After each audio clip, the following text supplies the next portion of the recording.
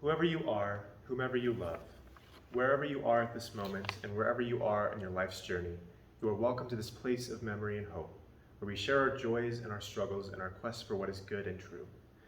Welcome to this online video worship service for June 6th. I'm Jamie Cull-Host, a worship associate for this congregation.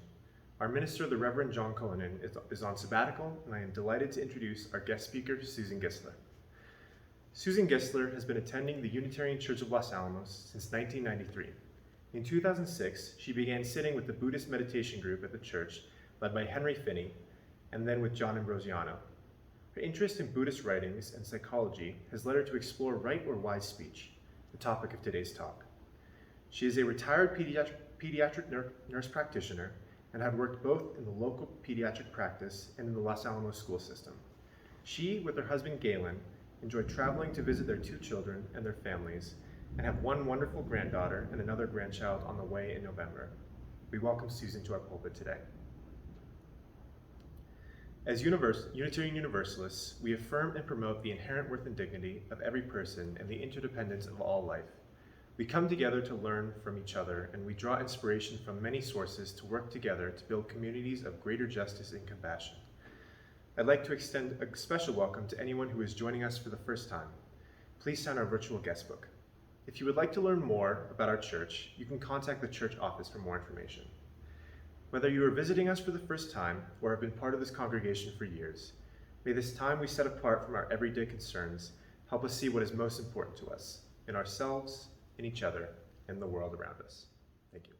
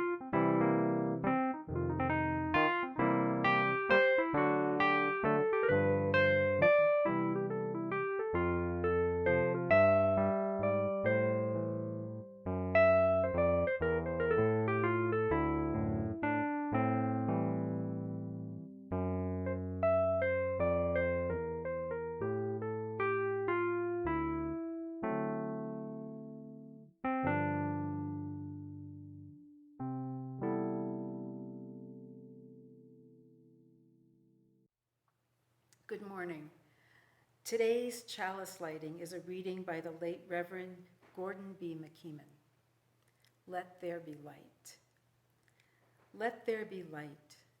Let it shine in dark places and in moments of pain, in moments of grief, in the darkness of hatred, violence, oppression. Where there is discouragement and despair, wherever darkness is to be put to flight, let there be light.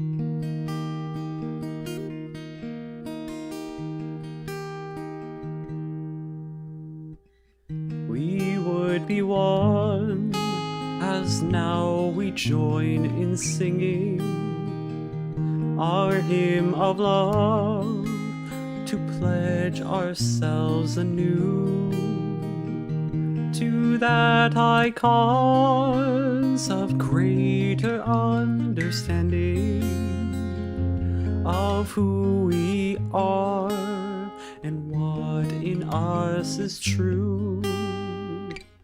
We would be one in living for each other, to show to all a new community.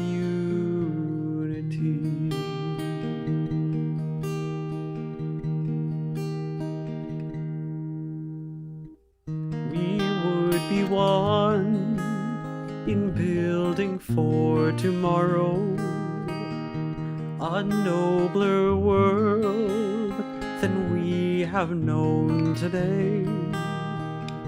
We would be one in searching for that meaning which binds our hearts and points us on our way. As one we pledge ourselves to greater service, with love and justice strive to make us free.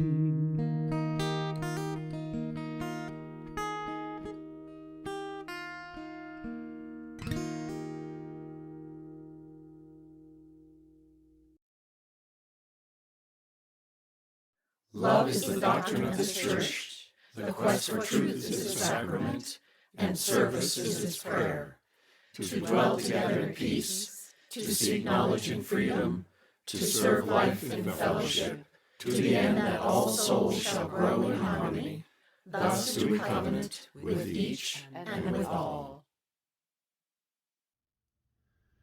For all our joys, for all our sorrows, whether we share them with one another or we hold them close to our hearts, let us be with one another in spirit and in a moment of silence.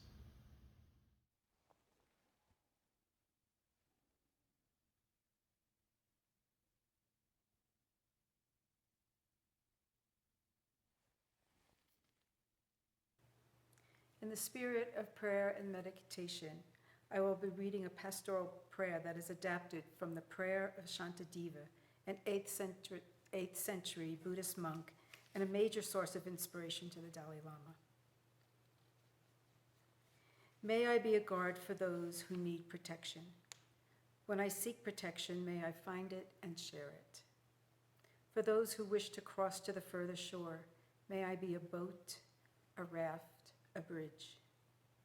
May I be open to the companionship of others, and as I make my way to places still before me. May I be a lamp in the darkness for all those who seek it. May that light never be extinguished from my own sight and my own heart. May I be a resting place for the weary and be healing medicine for all that are sick. May I know the salve of others for my own afflictions, whether of the body, of the mind, or of the heart. Where others see scarcity, may I see a vase of plenty, a tree of miracles. As part of the boundless multitudes of living beings, may I bring sustenance and awakening, freedom from sorrow, and may I delight in our common existence. Holding most tenderly those with broken hearts, let us sit together in stillness.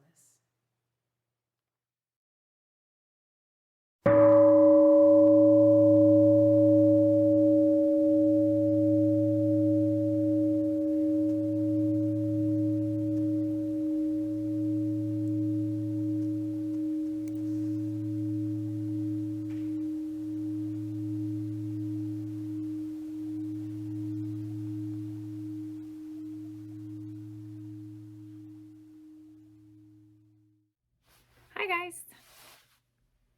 So today we are going to talk a little bit about wise words and wise speech when we're talking with our friends or our family or our peers at school or at work or at other places we go. Wise words and wise speech. But first we need to know where wise words can come from in our brains, right? So in our brain, we have parts of our brain that do a lot of different things, right? But there are parts in our brain that deal with logic, and that is our logic mind. And that's where we have our problem solving and our, we can build things from our logic mind. We can do lots of different things from our logic mind, do some of our schoolwork, and we could do some of our other work we're doing, and that comes from our logic mind. We have some other parts of our brain that work with our emotions, and that's our emotion mind. And so that deals with our anger and our sadness and our happiness and our scared fearfulness, right? And so that is our emotion mind. And then when we use our logic mind and our emotion mind, we use those together, we are using our wise mind. And that is where we're going to talk about today, about using wise words and using our wise mind to say wise words when we speak, right? And so we have another fun thing that will help us use wise words, and it is think. So before you speak, think. And the T in think, is it true? So before you speak words, is what you're saying true? Is this a fact? Or is it really an opinion or a feeling? So know and be clear before you speak if it is true. T. H. Is it helpful? Does it help you to speak these words? Does it help them, the people you're speaking with? Does it help the whole situation to speak those words? Is it helpful? H. Is it inspiring? Is it exciting? Is it uplifting? Is it motivating? Is it encouraging? Is it exhilarating? Is it inspiring? And does it improve on the situation to speak these words? I. N. Is it necessary? Do you need to speak these words? Would it be better left unsaid? Is it necessary? And the last letter, K. Is it kind? So is what you're saying kind? Is what your motivation for saying these words, is that kind? Are your words kind? So if you can remember, think, you will be using wise speech and wise words, right? I think we all can try this, even adults, even adults and kids and youth can all try using think, right? So remember, before you speak, think. Are your words true, helpful, inspiring, necessary, and kind? So try to practice this week. Use think before you speak. And use wise words. And I'll see you next time. Bye.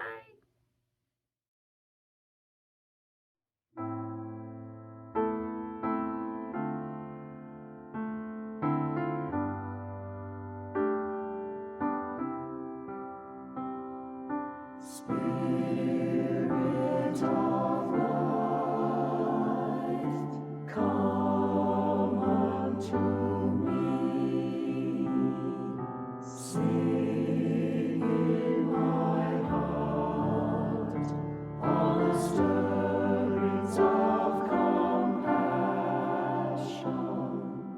Blow in the wind, rise in the sea,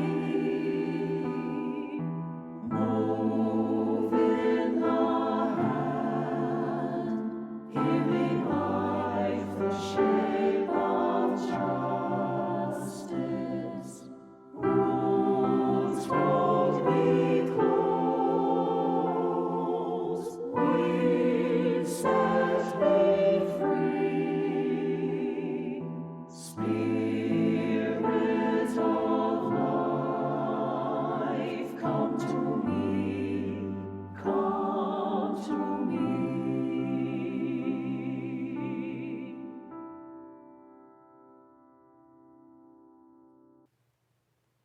The reading today is from the book Say What You Mean by Oren Jay Sofer.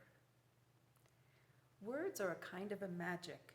To be alive and self-aware on this remarkable planet with its forests and its lakes, its oceans and mountains, in this vast universe with billions of galaxies is mysterious enough. What a marvel to look into each other's eyes for an instant and form words that tell something of our lives.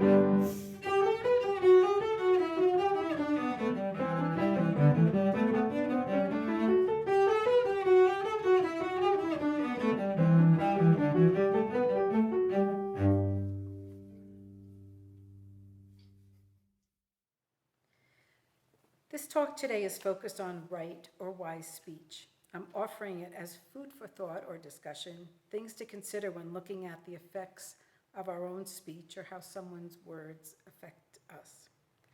The need to study this deeper for me arose out of a real despair last year as political discussion broke boundaries of civil discourse and basic caring. Every day of our lives we're affected by the written or spoken words of others, by the words we ourselves write or say, or our own internal unspoken dialogue that sets our hearts and intentions in certain directions. The words we think, hear, or say can be uplifting, inspiring, helpful, creating a safe sanctuary, or ill-willed, thoughtless, threatening, or even horrific. We are all inundated with the words spoken and posted, tweeted, written in articles every day. We respond automatically in ways that are conditioned on all our past experiences, how we were brought up, specific experiences, traumatic events, or learned responses that we have acquired over our lifetime. The political polarization in our country has elevated the harsh and judgmental and accusatory forms of speech to a level that I have not experienced previously. And I have seen it affect myself and my friends and family in ways that cause personal suffering and compounds the suffering of others. What we say matters. And the words that are thought, spoken, and written can create a world of illusion, hurt, and division. Around the 6th century BC, Buddha, the son of an aristocratic family, came to the realization that life was characterized by unsatisfactory conditions, uncertainty, and illusions of separateness. He abandoned his own privileged position to go on a quest to find a way of being that would transcend the suffering that resulted from ignorance of these realities. Meditation and insight is the ground of Buddhist practice, and in his further teachings, he spoke on the specifics that could lead to freedom from rebirth into the cycle of suffering, living with an open heart and compassion.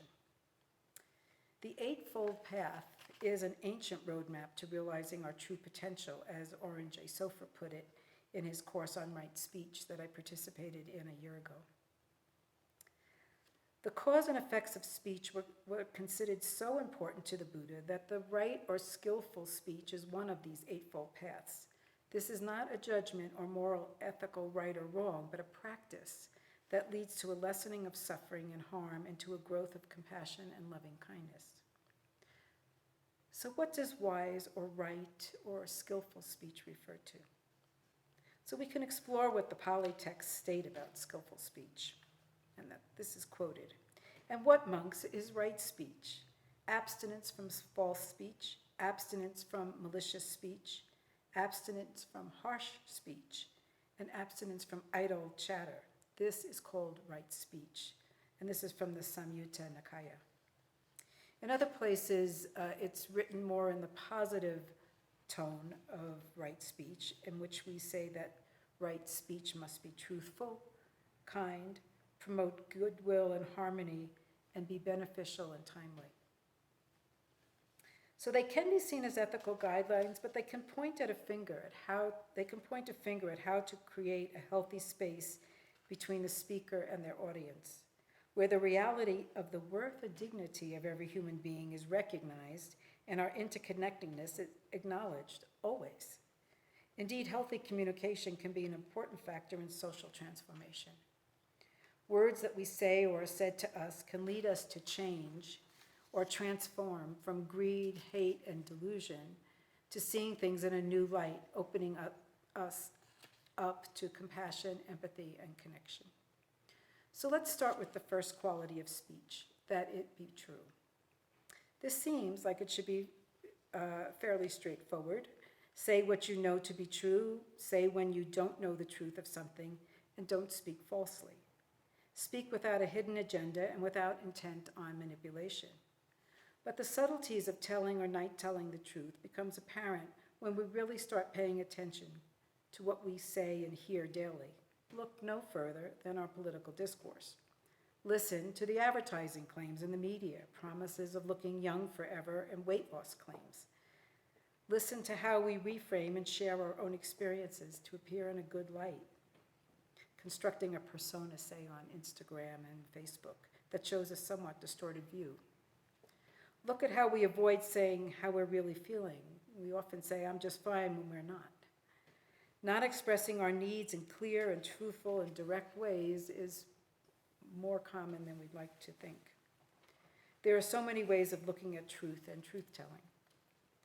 To see and know reality, to know what is true, seeing things just as they are, with pure attention, unclouded by distortion or delusion, as they are in the present moment, is a central issue in Buddhist practice, according to Lama Surya Das in his book, Awakening the Buddha Within.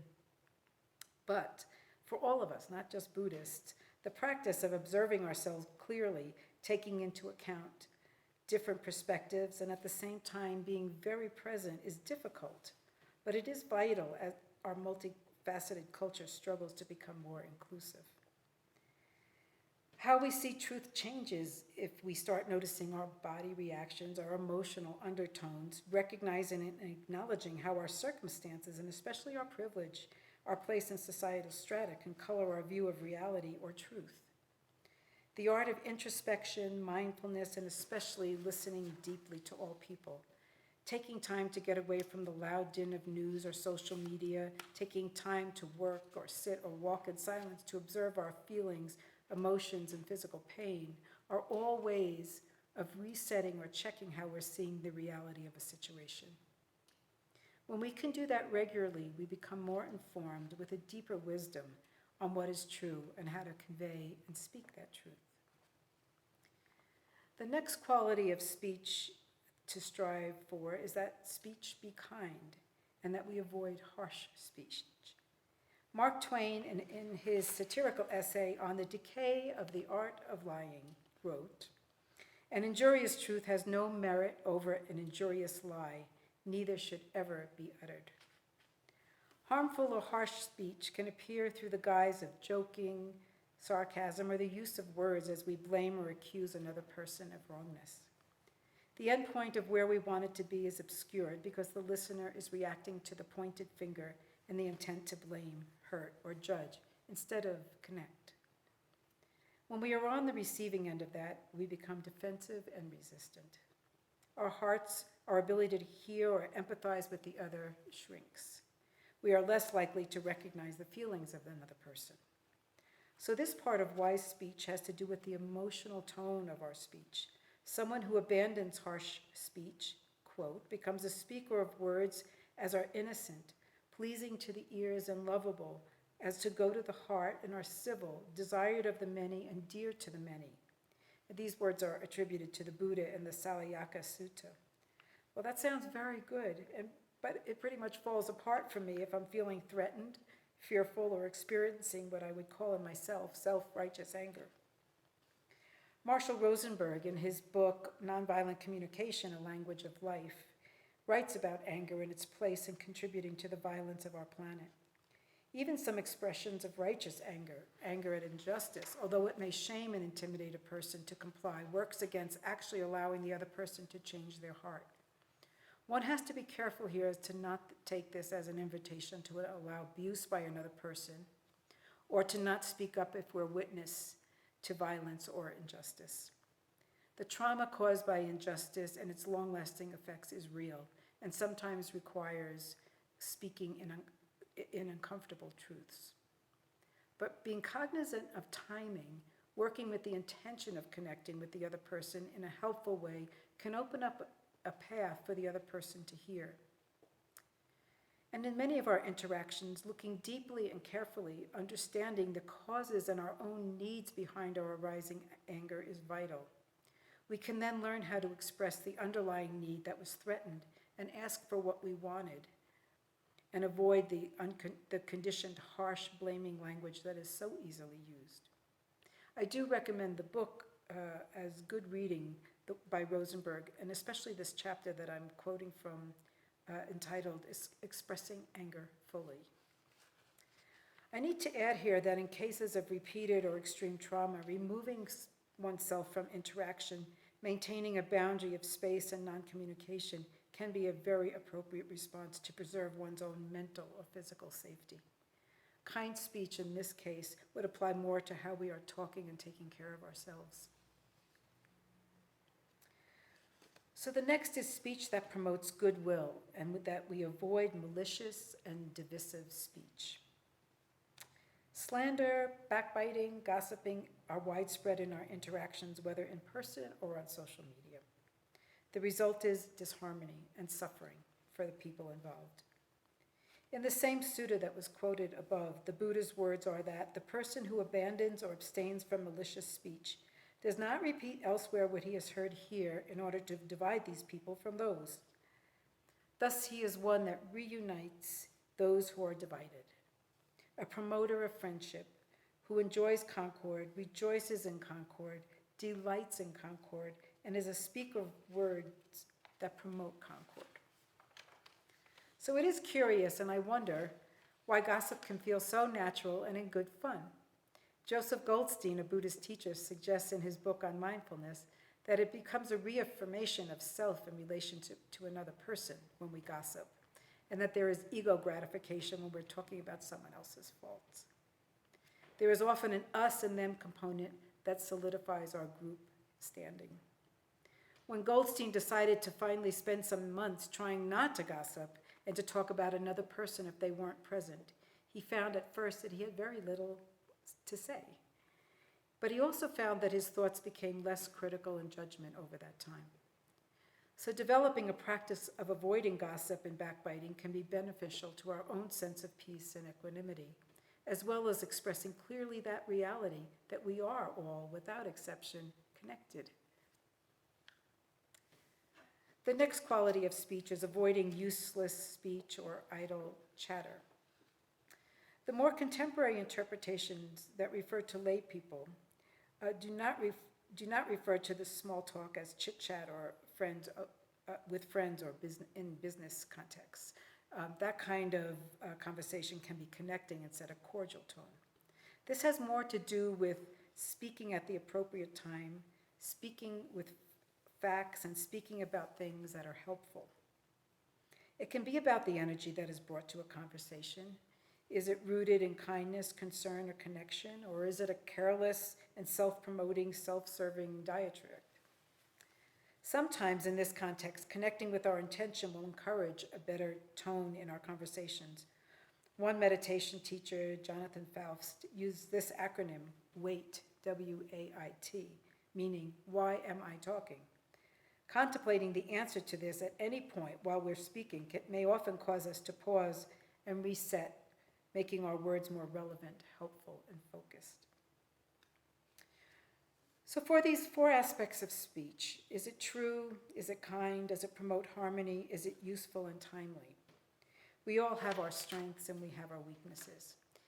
So it is a lifelong practice to work with our own speech and to learn to be better communicators. There are other ways of looking at right speech in addition to these four guideposts. Oren Jay Sofer, who I mentioned before, is both a Buddhist practitioner and leads retreats on mindful communication. In his book, Say What You Mean, A Mindful Approach to Nonviolent Communication, he offers 3 ways to bring these aspects of wise speech together. The first is to lead with presence. This means being in touch with our bodies, thoughts, and emotions in a mindful way. Any training and awareness can be useful in getting in touch with ourselves in the moment and staying in the moment during conversation. Meditation, yoga, mindful gardening, walking, any activity that encourages us to be present in the moment is useful. And using speech as a mindfulness practice means that even while we're talking, checking in to see how we're reacting to a conversation, checking in to see if we can sense the other person's feeling, empathy, brings more information and wisdom to our consciousness, and then gives us better choices, especially during difficult transactions. Listening deeply and gaining the skills to do that better keeps us present with the person we are with, and often that is all the other person wants or needs. The next quality Sofer suggests is to bring to conversations is that of curiosity and the intention to understand. He believes that we can cultivate the intention to care and understand. It takes patience and it takes humility. For our own inner peace and health, moving from judging to understanding opens up channels of change for all involved. Cultivating the intention to be kind and curious about the other person's life and experiences where that's safe brings a different energy to the space between two people. The first reading from Shantideva earlier in the service is a poem of intentions. It is said that the Dalai Lama recites the original words every morning as a statement of intentions for the day. So it would be interesting if we all walked into conversations stating an intention of connection. The last quality that can be brought to our ability to speak wisely is to be able to know what is important, and that means knowing what our own needs are and how they can be met. We can observe and come to know the communication habits that we've developed over our lifetime and have served us, for better or for worse, and understand that they all serve deep needs that are usually not articulated. It can be the need for recognition. It can be the need for safety, the need to be heard.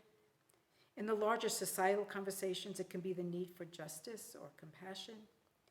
And as we become more aware of our own needs, we can begin to hear and recognize the needs that underlie the vulnerable in society, and indeed, the difficult family member, the estranged friend, and the loud, hurtful person on the other side of the political aisle. And from there, new truths are brought to light, and healthier communication and connection can begin.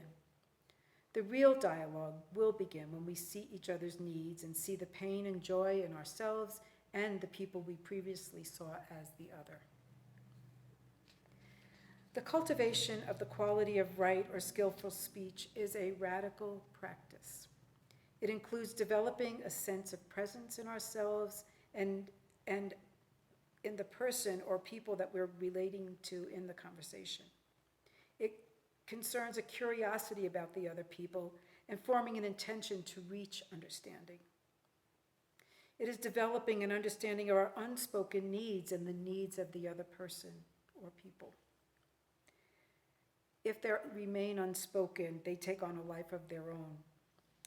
Bringing the qualities of truth, kindness, and the intention to be in harmony and the intention to be helpful can be the guideposts to a transformed way of communicating. Can it help transform our polarized society? It can be the next step.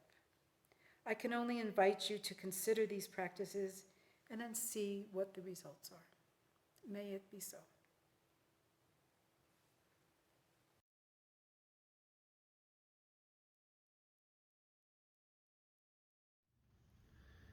Please continue to check our website and our Facebook page for announcements of events both during the week and on Sundays. If you haven't already done so, sign up for our email announcements for opportunities to connect during the week. As I mentioned earlier, if you are joining us for the first time, please sign our virtual guest book. And for anyone who would like to learn more about our church, you can contact the church office for more information. The contact information is in the service notes below.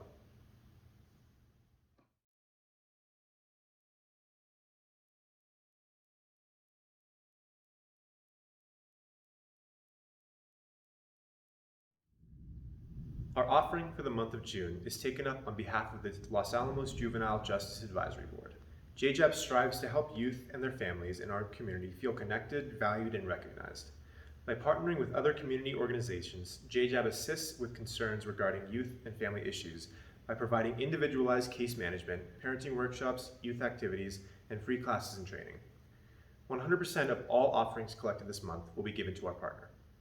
Please use the link in our service notes below or download the Givelify app to your phone or mobile device and select the Unitarian Church as your gift recipient. May what you give bring you joy. Thank you.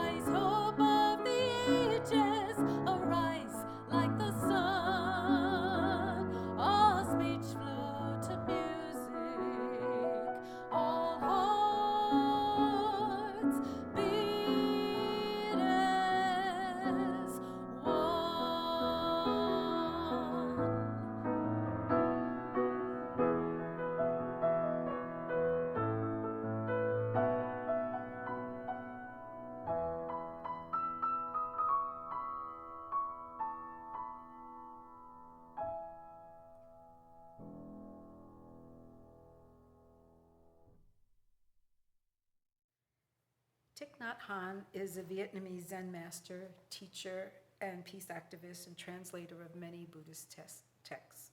This last reading, these beautiful words, are his translation of one of the 5 mindfulness trainings at Plum Village in France, based on the foundations for the lay community practice developed during the time of the Buddha.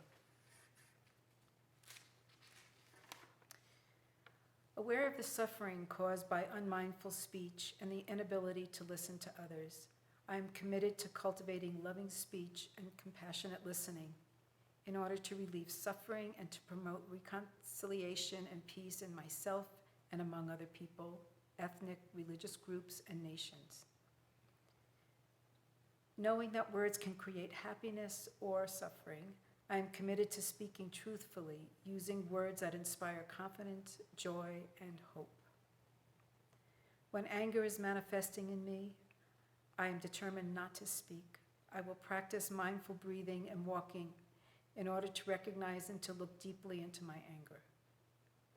I know that the roots of anger can be found in my wrong perceptions and lack of understanding of the suffering in myself and in the other person.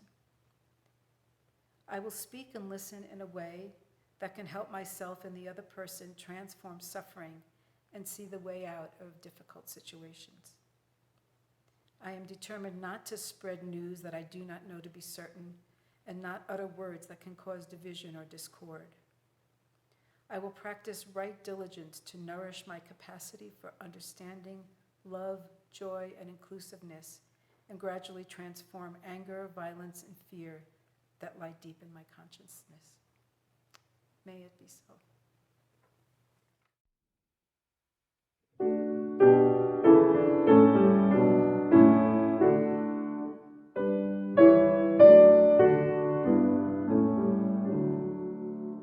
As we